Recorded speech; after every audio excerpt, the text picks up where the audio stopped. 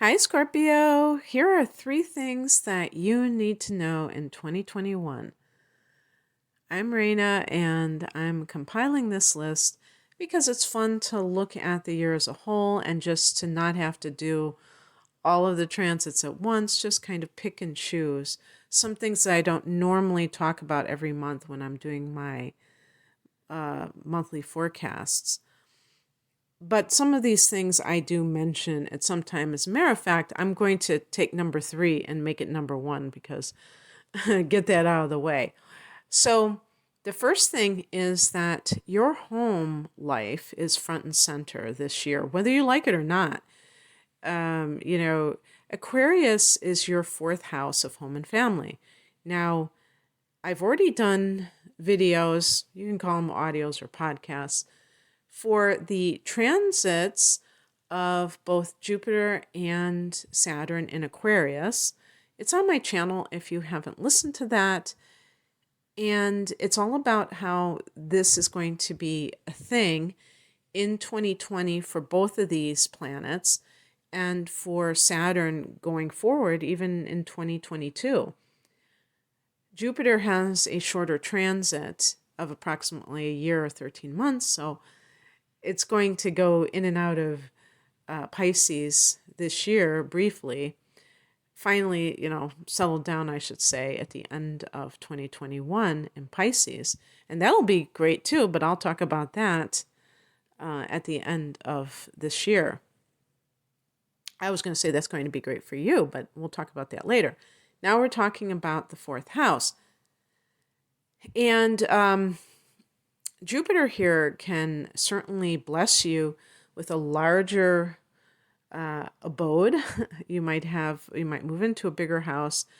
There might be an addition to your house, whether that is a child of your own or if you are bringing a family member, somebody into your home that hasn't been there before. What else can Jupiter bring? Jupiter brings any kind of expansion in the area of real estate. So that can be another thing that is blowing up for you this year. Now with Saturn, we're looking at more of the responsibilities, the dutiful angle of things. So that can mean that you are perhaps having to take care of a parent and or having some kind of situation with your home. Perhaps you're buying your first home. Going from a studio apartment to your first home, maybe that's the expansion of Jupiter. But the point being that this is kind of a novel experience for you where you are signing a mortgage and you're agreeing to every month pay for this property. And so that is like that responsibility.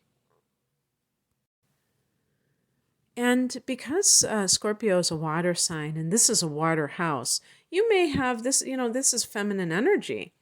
And you may have already this type of, I don't know, like inclination to be like a homebody. So this may not be difficult for you to accomplish or to have it more emphasized in your life. However, there are going to be Scorpio people who have inner plants in Sag and are or even in Libra, and are much more enjoying life outside of the home and feeling a sense of, being pulled there and perhaps trying to resist it. I just am here to kind of like bring this to your conscious awareness so that if these themes show up in your life and this year, that you're like, oh yeah, that's right. Okay.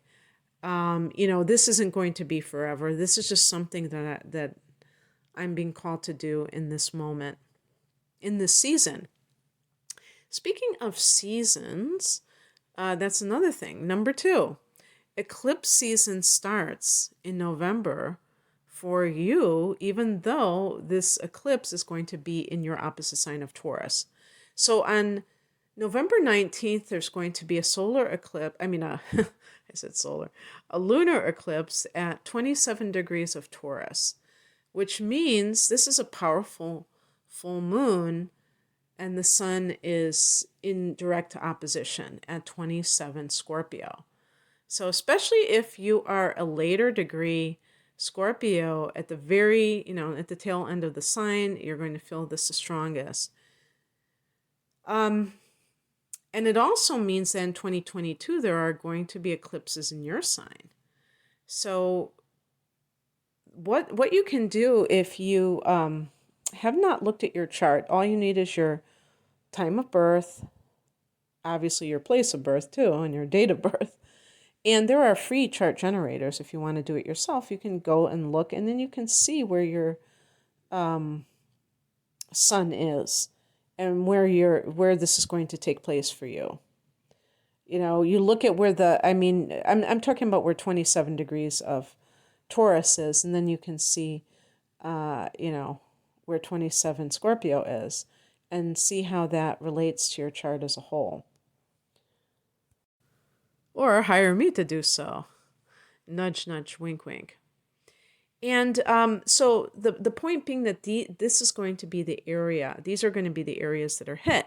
So if you're listening, I really intended these for the sun in Scorpio, right? So your natal chart, the cusp of the first house is not your sun like it is for the solar chart. It's going to be based on your time of birth. So that could be anything, that could be any sign. And your sun can be anywhere in the chart.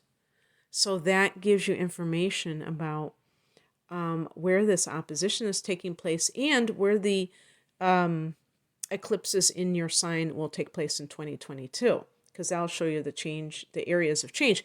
And with the unequal house system, as most use, could be more than one house that Scorpio is in for you, or Taurus, I should say. And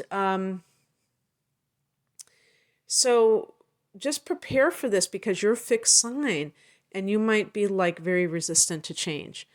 Isn't it interesting that in the tarot, the major arcana card that is connected to Scorpio is the Death card. The Death card is about, inevitable change. Death is the greatest symbol for that irrevocable change. Change that you cannot stop, or, that you can't prevent. Death, there's not a better symbol for that than death.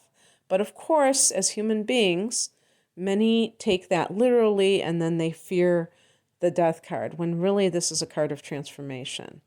The more you are willing to embrace change and transformation in your life, Scorpio, the more the Death card is a welcome card for you. Welcome that in your life. Actually, I don't think I have to lecture Scorpios about the Death card or transformation, because you are masters at it. But it's the change that has to come along with transformation that might be a bit daunting. Okay, and third thing is that Neptune is still in Pisces after all these years, probably about 10 years, but it's influencing the second and third decanate of Scorpio, but a trine. Okay, so for everybody, for all Scorpios, this is going to be a friendly angle whenever it has hit you, because you're both water signs, you form a trine, and this is ease of manifestation. And this is coming from the 9th house. This can be very inspirational for Scorpio people, where you feel this sense of idealism, optimism. Jupiter is the ruler of the 9th house, and this is Sagittarius's house. However, Jupiter is the ancient ruler of Pisces. So there is an affinity of Pisces with Jupiter. And therefore that particular house that it's showing up, it's transiting in your chart, I should say.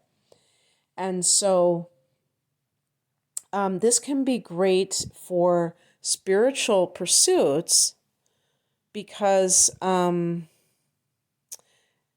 I think especially for Scorpios, there's going to be that element of the mystical. The ninth house, to me, if I was going to differentiate it between the eighth house that you rule and the 12th house that Pisces rules, I think, these are the three spiritual houses of the zodiac. But those other two houses are more like mysticism and the supernatural, or the esoteric, the occult. The ninth house to me is more of the overt religious systems of philosophy. It can also be just straight up philosophy, like, Socrates or something, who knows? And your own personal life philosophy. But I think that even with those kinds of things, even if there's a Scorpio out there who's an atheist, I think that this can be the time when maybe you have a mystical experience that kind of blows your mind and changes that attitude. Sometimes people are raised in organized religions that are very heavy-handed, very shaming, and scaring them from God, which is really unfortunate.